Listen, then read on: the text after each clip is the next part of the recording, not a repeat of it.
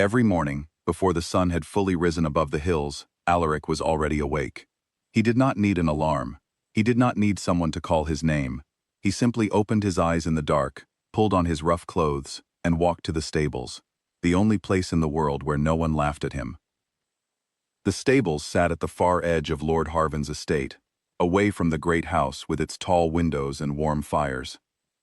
Alaric had lived and worked there since he was 7 years old. He remembered very little about the time before. He remembered a woman's face, a warm hand, a small ring on a cord around his neck. After that, nothing but the smell of hay and the sound of horses breathing in the dark. By the time the rest of the estate was waking up, Alaric had already fed every horse, cleaned every stall, and filled every water bucket. He never complained about the early hours. He never complained about anything. Complaining, he had learned very early, did not help. It only gave people something to laugh about. And there was always something to laugh about, as far as the others were concerned. There were servants, kitchen workers, groundskeepers, and a group of young men training to become knights under the instruction of Marshal Dorn, a large, loud man with a thick mustache and a great love of his own voice. The knights in training were the worst. They were young, proud, and bored, which is a very dangerous combination. They called Alaric Muckboy because of the work he did. They would walk past the stables and hold their noses dramatically. They would knock over water buckets he had just filled and watch him clean them up without a word. Marshal Dorn thought this was funny. He never told them to stop. Lord Harvin himself did not laugh. He simply did not see Alaric at all. When the Lord walked through the estate grounds, his eyes moved past the stable boy the way they moved past a fence post or a stone wall. Registered, perhaps, as a useful object, but never as a person.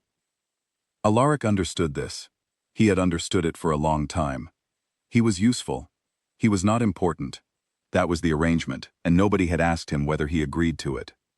There was one person, though, an old man named Silas, who sat with Alaric in the evenings sometimes, after the work was done.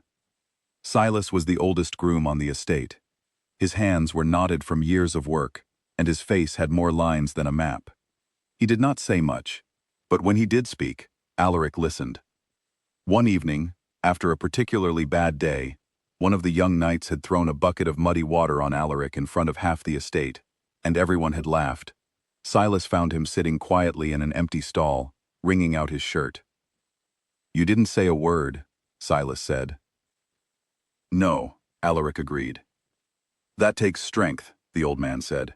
"More than most people ever know." Alaric looked at him. "It doesn't feel like strength." Silas was quiet for a moment, then he said, "A horse can tell a calm man from a frightened one, not by his face, by his breath, by the way he moves. The horses trust you above everyone else on this estate. That means something." He paused. It has always meant something. Alaric did not fully understand what the old man meant, but he remembered those words. He kept them the way he kept the small ring around his neck, close and quiet and safe.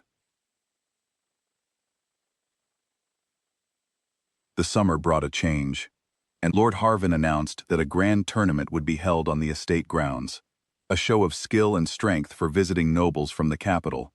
It was the biggest event the estate had ever hosted, and the preparations were enormous. New horses arrived from other estates, finer animals than anything Alaric had cared for before. He was given charge of them all. He worked from before sunrise until after dark, and he did every part of his job with the same quiet steadiness he always had. Among the visiting party was a man named Lord Vane, a senior nobleman from the capital, tall and sharp-eyed, the kind of man who noticed everything. He had come with his own grooms, experienced men who had worked with horses their whole lives. One afternoon, Lord Vane's most prized horse, a powerful gray stallion named Storm, broke loose from its post. Something had frightened it. Perhaps a sudden noise, perhaps the excitement of all the activity around it. Whatever the reason, the animal was wild with fear, rearing and charging, scattering people in every direction. The trained knights scattered.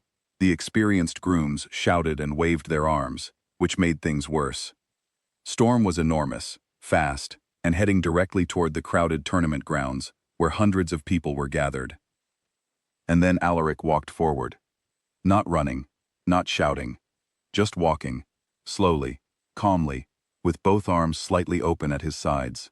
His voice was low, almost a murmur, and no one standing nearby could hear the exact words. But Storm heard them. The great horse slowed, shook its head, stamped once, and stopped. Storm lowered his enormous head and pressed it gently against Alaric's chest, the way a tired child leans against a parent. Alaric placed one hand on the horse's neck and stood there, completely still, while the crowd watched in total silence. Lord Vane stood at the edge of the crowd. His sharp eyes did not miss a single detail of what had just happened. He turned to one of his grooms and said, quietly, "Who is that young man?" The groom shrugged. "The stable boy, my lord." Lord Vane looked back at Alaric, still standing calmly with the horse, still completely undisturbed, and said nothing more. But something in his expression had changed. Marshal Dorn, standing nearby, laughed loudly. "A trick," he announced to anyone who would listen. "The boy has a way with animals, that's all, like a dog trainer." He looked around for people to agree with him. Fewer people laughed than usual. Sten. That evening, Lord Vane sent a message to Alaric through one of his servants. He wished to speak with the stable boy privately, at his convenience. Alaric assumed it was about the horse. He washed his face and hands and walked to the guest quarters of the main house, which was further than he normally went. A servant let him in and brought him to a small sitting room where Lord Vane was waiting, alone. The nobleman looked at him carefully for a long moment before speaking. "Sit down," he said. Alaric sat. He was not nervous. That surprised him.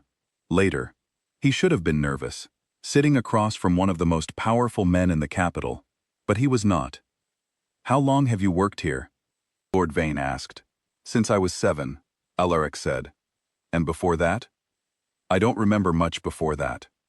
Lord Vane nodded slowly. His eyes had moved to something around Alaric's neck. "That ring you wear on the cord," he said carefully. "May I see it?" Alaric hesitated for just a moment, then lifted the cord over his head and handed it across. Lord Vane took the ring and held it close to the lamp on the table. His face did not change expression, but something very still moved behind his eyes. "Where did you get this?" he asked. "An old man gave it to me," Alaric said. "Silas. He said it belonged to my father." Lord Vane set the ring gently on the table between them. He looked at it for a long moment. Then he looked at Alaric. "I need to speak with Silas," he said. What Silas told Lord Vane that night, and then, with a broken voice, told Alaric, was a story that changed. Alaric's father had not been a nobody. He had been the ruling lord of a principality 3 provinces away, a man of considerable power and ancient bloodline, of a line known, in those regions, as the Alpha Kings, because of the rare gift they carried, an unshakable calm in chaos, a natural authority that other people felt without being able to explain. Animals felt it too. Children felt it, and people who understood power felt it more than anyone. 20 years ago there had been a crisis. Enemies of the house had moved against Alaric's father.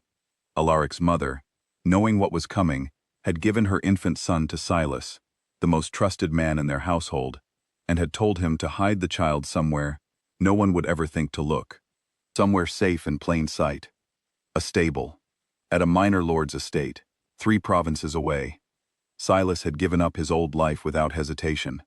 He had taken the child, taken the ring, the seal of the house, and had spent the next 20 years doing exactly what he was asked, keeping the boy alive, keeping him hidden, keeping him safe. Alaric sat with all of this for a very long time. He was in the stable when Silas finished talking. The horses were quiet around them. The night was dark and cool. Silas was weeping, silently, the way old men weep, without sound, with everything. "I am sorry," he said. "I am sorry for all of it. Every hard day.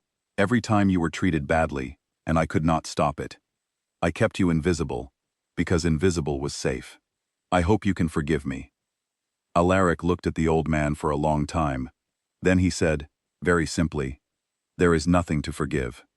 He meant it. He sat alone in the stable for the rest of the night. He did not sleep. He sat with the horses and thought.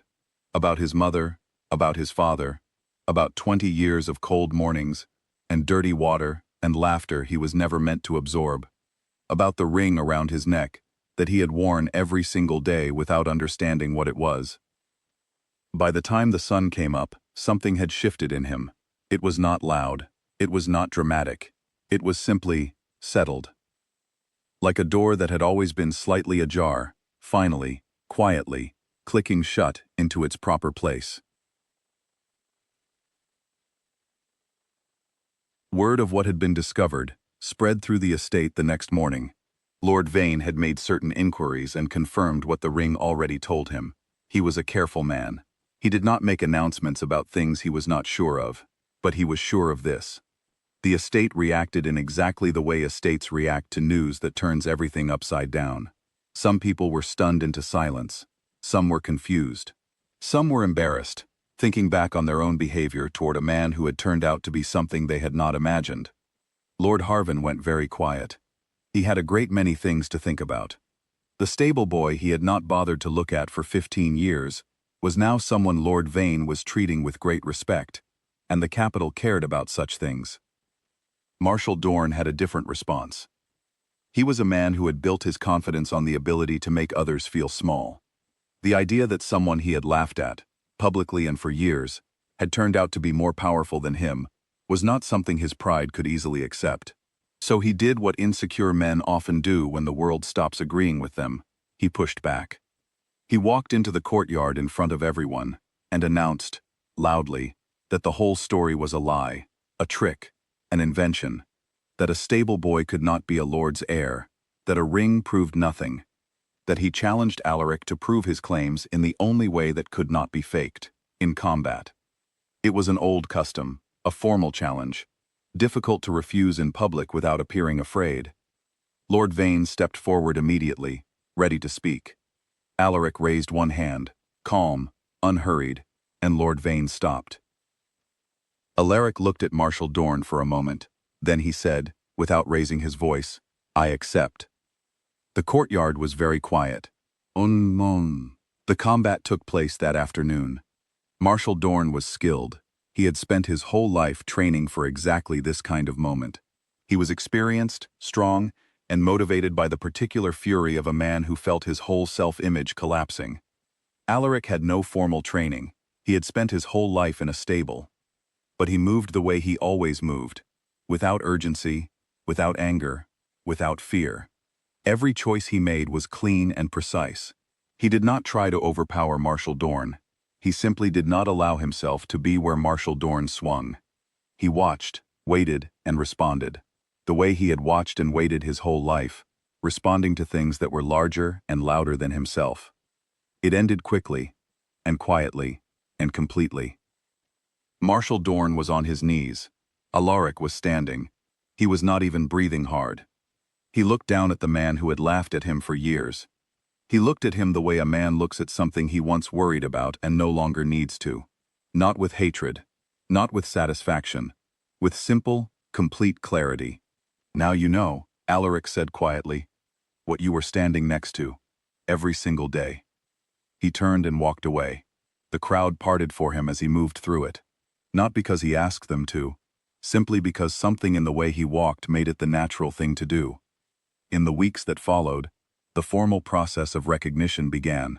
Lord Vane was thorough, and the capital's records confirmed everything Silas had kept alive for 20 years. There were papers, witnesses, and the ring. The seal of the house, unmistakable to anyone who knew what to look for. Alaric cooperated with all of it patiently. He answered every question honestly. He waited for every process to finish properly. He did not rush anything. But before any of the formal things were settled, he did something that no one expected. He went to Lord Harvin and requested a meeting, not as a petitioner, but as an equal. Lord Harvin, now very careful about how he behaved, agreed immediately. Alaric sat across from the Lord who had never once looked at him, and spoke clearly and without emotion.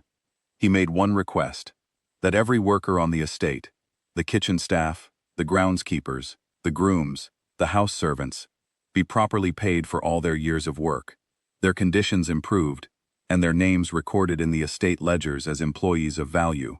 not as invisible fixtures. Lord Harvin agreed to everything. Alaric thanked him and left. He also made certain that Silas had a warm room in the main house for as long as he lived. Not in the servants' quarters, but in a proper guest room, with a proper bed and a fire that was kept lit. Silas protested that it was too much. Alaric told him, firmly and kindly, that it was not nearly enough. Monfacier, on the last evening before he was to leave the estate for the capital, where a great many things were waiting for him, Alaric walked to the stables one more time. He was not sure why, he simply felt that it was right. He stood in the quiet of the place that had been his whole world for 15 years, the familiar smell of hay and clean wood and horses, the soft sounds of breathing in the dark. He ran his hand along the gate of the stall he had cleaned 1,000 times and felt, strangely, nothing but peace. Cressida found him there. She had been looking for him, she said, and then added, honestly, that she had also known he would be here. She stood beside him in silence for a moment, looking at the horses. Then she asked, "Does it feel different, being seen, finally?" Alaric thought about that for a long time. "I was always seen," he said at last, "by the wrong people, for the wrong reasons. What feels different now is not that people see me." He paused. "It is that I no longer need them to." Cressida looked at him for a moment. Then, slowly, she nodded. Neither of them said anything more for a while. The horses were calm around them. The night was warm and still. Outside, the estate was finally quiet, the kind of quiet that comes after something big has ended, and something new has not yet begun. Alaric placed one hand on the gatepost, took one long, last look at the only home he had ever known, and breathed. Then he let go. Years later, people who knew Alaric's story would often ask the same question: how did he survive it? Not the tournament, not the combat, not the politics of the capital, but the years before all of that, the cold mornings, the laughter, the invisibility. He always gave the same answer. "I never agreed to their version of me," he would say. "They decided I was nothing. I never signed my name to that decision. I simply kept living, kept working, kept watching, kept waiting, as though I knew, somewhere deep down, that the story was not finished yet." And then, always, he would pause, and a quiet smile would cross his face. The story was never finished. It had only just begun.